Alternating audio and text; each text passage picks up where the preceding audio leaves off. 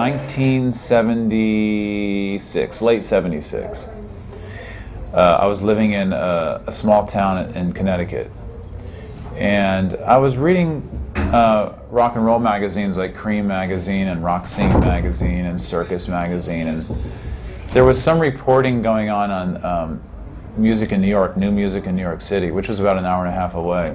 Patti Smith and television. There was one other fellow in my school who sort of had a similar interest in these images coming out of New York that were punk rock. It was Ramones and Patti. And this was pretty early on in the game. So at one point after school, we got out and we just sort of looked at each other and said, let's go to Max's. And we knew about Max's Kansas City. That was sort of like, that place was kind of key. And we also knew about CBGB to some extent. That was kind of new. And that seemed even more sort of kind of hipper in a way. But we knew Max's was sort of probably the first place that we should go to if we were going to do such an excursion. So we jumped in my Volkswagen right after school and just said, yeah, let's go. With no regard about what was going on, who was playing, if it was open, you know, whatever. And so we drove into New York, which is about an hour and a half drive. I think it took us maybe about 3-4 hours because we kind of didn't really have our directions really straight. Get into New York City, had the address, we knew it was on Park Avenue, which is sort of like this, you know, Park Avenue is like, it stretches over more than half of New York. Yelling out the window, it's like, where's Park Avenue? And it's Park Avenue South, and where's Park Avenue South? And finally we see it. After just tooling around this area, we see Max's Kansas City. It's like, there it is, fantastic. And so we spent another hour looking for a place to park. And we get to Max's Kansas City, and we go in, and it's about 6 p.m. in the evening. And we asked the bartender, like, what time does the bands go on? And he said, well, in about 6 hours from now, they'll probably start playing. And so we're like, oh, okay. And so we just had, you know, beer nuts and Cokes. For about 6 hours we sat there. We had no idea who was playing. And it was a band called the Fuse Band, who were from Brooklyn. The Cramps, who, it was like their first show, supposedly. They were coming in from like Cleveland, and they were like just situated in New York. This is like, and the Cramps had a little flyer on the wall saying, you know, rock and roll VD with the Cramps. and Suicide. And we thought, like, well, this sounds pretty good. The Cramps, that sounds really weird, and like Suicide must be like this hard rock band, you know, which is like, that was exciting. And so the Fuse Band comes on, and they're a hard rock band, and they're pretty good. They're a real sort of this street rock band, and we liked them. And then the Cramps came on, and they were so primitive. It was unbelievable. And they had yet to gain any notoriety. They didn't have any, their singles weren't out yet or anything like that. And I remember just being astounded at how primitive they were. They were just playing these like 3-4 note kind of linear songs, and you know, Brian Gregory had this kind of like weird like silver streaked bangs that sort of came down his cheek, and he just sort of had this ever-present cigarette that he kept like rolling around in his mouth and just sort of staring at the audience, playing this flying V, which he didn't really play very well, except for when he stepped on the fuzz box. It just sounded like a machine. It was like completely awesome. And Ivy was just playing these like spindly notes, also just sort of staring at the audience. So only like 20 people there. I mean, it wasn't like this big packed night at Max's. It was like, you know, there's like maybe 20, 30 people like sitting at these long tables. Max's wasn't a big place at all. And we were just like, this is, you know, fantastic, you know, whatever this is. And like Lux Interior had the microphone stand only set up halfway up the mic thing, and so he sang the whole set. He just sort of sang like this, like with his knees like this, and they go, and that was a style of singing I had never seen before. And he had sort of this page boy kind of, almost Patti Smith kind of hair, all dyed black or whatever, black on black, and it was just totally nutty. And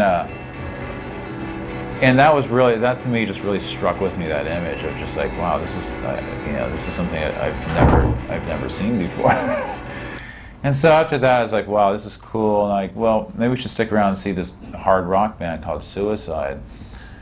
you know, we sat there and we were just like really energized. I mean, we were 17. It's just like we knew that we had found this kind of nadir, this nexus of our life right here. Suicide comes out, and they had lights on, little lights on this little stage that were just shining green and like purple. Really just sort of sickly kind of lighting thing. And these two guys come on stage, which was obviously Alan Vega and Martin Rev. Martin Rev has these like bug-eye shades on, and then he has this bank of keyboards, and he just stands there, and he's like standing in profile to the audience, which is just us, playing, and he's just sort of staring at the audience like this with these bug-eye shades, and then playing at this like intense volume. This pummeling kind of like hammering these kind of Beach Boys chords in there. And it was just like mind-blowing. I mean, I just remember sitting there going like, what the hell is this and what's going on? And then Vega, Alan Suicide, had this old lady's wig on. For all I knew, that was his hair. I mean, I didn't know. I mean, I was like, is this an old woman on, you know, psychotropic drugs? I mean, what is this thing? It had like this kind of scar down his cheek, which, who knows? I mean, was that fake? I don't know. I couldn't tell that. You know, they were totally into this theater, and to me, it's like, is this theater? I don't know. It's like, who are these people? And he just starts singing in his way, and singing like Cherie, Cherie. And just really emoting. I mean, and he's just on his knees, and he's like, Cherie, Cherie. His voice is reverb just like to this thing. It was like spellbinding. And then he would look at people in the audience, and if you didn't look at him, he would go over to you and just grab you by your hair and smash your face into his face and just sing at you and make sure you paid attention to him, and then throw you back in your seat. And people were just being completely freaked out and terrorized by this. And we were just like, oh my God. And so I was like watching him. At some point he was down on his knees singing Frankie Teardrop. He was crying. He was actually crying. He was like singing the song. He was just like in tears crying. And then they did some more songs from the first record. And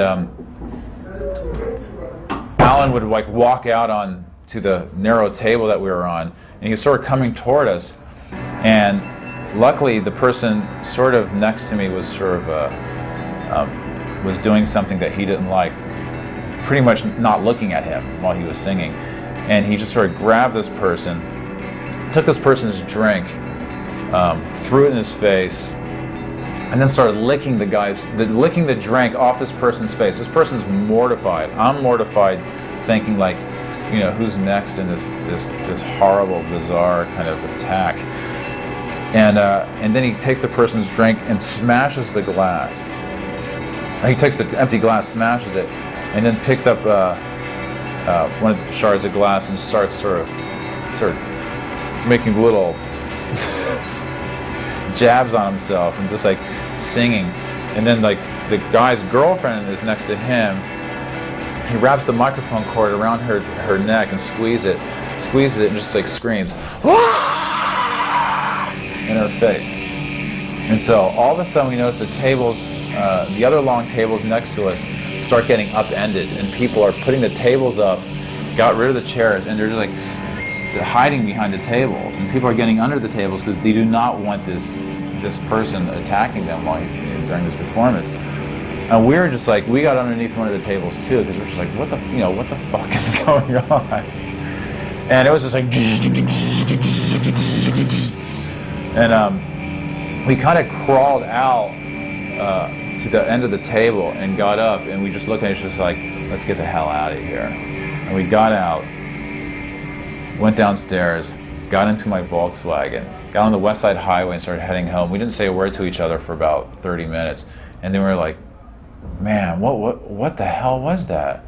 And I was like, I don't know, but it sounded amazing. It's like, you know, we got to go back.